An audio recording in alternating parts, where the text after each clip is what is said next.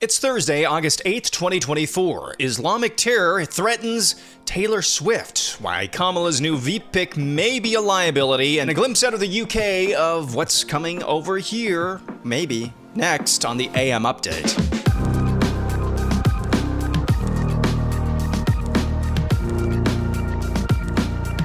Tomorrow is another edition of Ask or Tell Me Anything. Ask me any question you want. Tell me any news story that needs to be covered that I didn't get to this week on the AM Update. Make your submissions on X at RealAMUpdate. Look for the pinned tweet at the top of the profile. Now on with the Thursday edition. Taylor Swift's Era Tour shows in Vienna, Austria have been canceled because of what Austrian police say was a planned terrorist attack targeting the concerts.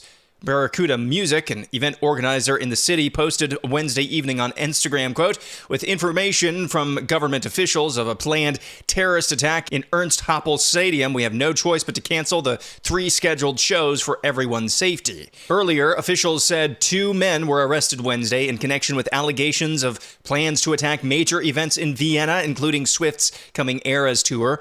2 U.S. officials familiar with the investigation said Austrian law enforcement is looking for additional people who may have some knowledge of the plans. One of the men who were arrested by Austrian federal and state police was a 19-year-old who is alleged to have pledged his allegiance to ISIS. The pair had aspirational plans for attacking Vienna's major events sites and specifically had honed in on this coming weekend's Swift concerts, according to 2 U.S. officials briefed on the matter.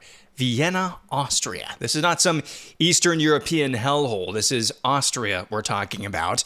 Taylor Swift, the foremost superstar in the Western world when it comes to popular music, has to cancel her concerts because of terrorist threats. That is incredible. If you really take a step back and look at it, this is what we've come to. This is what we've come to, especially in Europe. A major star has to cancel concerts because of a real and credible threat of terrorism.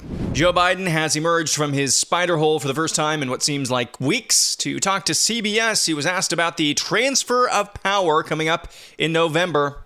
Are you confident that there will be a peaceful transfer of power in January 2025?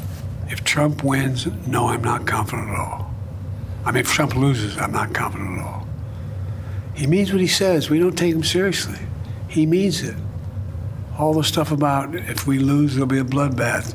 It's have to be a stolen election. Look what they're trying to do now in the local election districts where people count the votes. They're putting people in place in states that they're going to count the votes, right? You can't love your country only when you win. Man, I wish Donald Trump had an ounce of the big bad that Democrats, including Joe Biden, seem to think that he has. And I love playing this game with Joe Biden as well. Is this dementia or Freudian slip when he tells CBS News, well, yeah, I'm not sure about a peaceful transfer of power if Trump wins. I mean, if Trump loses. Dementia or Freudian slip? Kamala Harris was in Michigan yesterday afternoon and evening holding a couple of rallies. There's an interesting moment on the tarmac where Air Force 2 was positioned. More on that in a little bit. She unveiled or re-unveiled her new accent. Hold on. You know what? Here, hold on. Here's the thing. The courts are going to handle that. We're going to beat them in November. We're going to beat them in November. We're going to beat them in November, she says. Elsewhere in that Detroit rally, she was interrupted by a group of pro-Hamas orcs. He intends to end the Affordable Care Act. You know what? If you want Donald Trump to win, then say that. Otherwise, I'm speaking.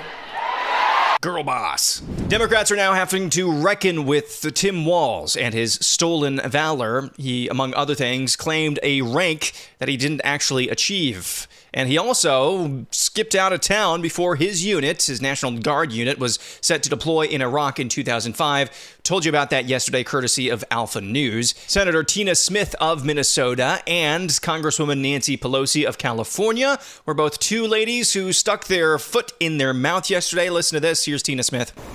Well, here is Tim Walz, who enlisted when he was 17 years old. He served in the National Guard for 24 years, and I'm not aware of any military service that J.D. Vance has ever served. He was a United States Marine who was deployed to Iraq. Again, that's Senator Tina Smith of Minnesota. Nancy Pelosi also got in the foot-in-mouth action. J.D. Vance has criticized him as never having been in combat. And has he? Well, has J.D. Vance been in combat? Well, I think he was over in Iraq, I think, as a public relations officer, as a communications officer. I think that's the case. But I wish you could have seen Nancy Pelosi's face there. She's looking, and you can tell deep down inside, she's like, Andrea Mitchell, what the hell are you doing to me on live television? You're not supposed to say that. You're supposed to say, of course not. He's never seen any action. In fact, he's never even sniffed the military. Boy, murder was written all over her face. J.D. Vance also clapped back at Tim Walz on the stolen valor issue. Well, I wonder, Tim Walz, when were you ever in war? What was this weapon that you carried into war, given that you abandoned your unit right before they went to Iraq, and he has not spent a day in a combat zone? What bothers me about Tim Walz is the stolen valor garbage. Do not pretend to be something that you're not. And if he wants to criticize me for getting an Ivy League education, I'm proud of the fact that my mamaw supported me, that I was able to make something of myself. I'd be ashamed if I was him and I lied about my military service like he did. Vance also had a pretty good moment yesterday. In Wisconsin, in Eau Claire, it just so happened that both Kamala Harris's Air Force Two and Vance's campaign plane were on the tarmac at the exact same time at the airport in Wisconsin. Kamala Harris and Vance both had campaign stops in that state. Here's what happened, though. When press were waiting outside of Air Force Two, Vance walked across the tarmac and paid the press a little visit. I figured I'd come by and one, just get a good look at the plane. Hopefully it's going to be my plane in a few months. But I also thought you guys might get lonely because the vice president doesn't answer questions from reporters and hasn't for 17 days. Have they given you guys an explanation for why she won't take questions from reporters? No? Nobody? Okay, great. Well, I hope that she changes her mind because it'd be good for the American people, and I think it'd be good for you all if she actually ran a real campaign instead of one from a basement with a teleprompter. So have a good one, guys. See ya. That is a pretty boss move, just completely walking across the tarmac from your own plane to go troll Kamala Harris. And actually, it's a substantive. There's non-substantive trolls, and then there are substantive trolls, and that was a substantive troll. I mean, just standing where Kamala Harris should be and taking her to task for not actually answering any questions. And that's true. Kamala Harris, to this point, really hasn't answered any media questions or sat down for an interview since she became the presumptive Democratic nominee. More and more is coming out about Governor Tim Walz of Minnesota. Here is a resurfaced clip of him on MSNBC talking about the First Amendment. I think we need to push back on this. There's no guarantee to free speech on misinformation or hate speech, and especially around our democracy. That is so amorphous. It's a perfect thing for him to say because anybody can define any of those terms any way that they would like to. The bottom line is this: he doesn't actually believe free speech is absolute. And neither do I. We're just coming from completely polar opposite perspectives. In completely unrelated news, this is Stephen Parkinson. He's the director of public prosecution of England and Wales. He's talking about the U.K. race riots, and he says if you do this one little action, you could go straight to jail. The offence of incitement to racial hatred involves publishing or distributing material which is insulting or abusive, which is intended to or likely to start racial hatred. So if you retweet that, then you're republishing that, and then potentially you're committing that offence. And we do have dedicated police officers who are scouring social media. Their job is to look for this material and then follow up with identification, arrests, and so forth. That is the most chilling thing I think I have ever heard, at least in the last few years.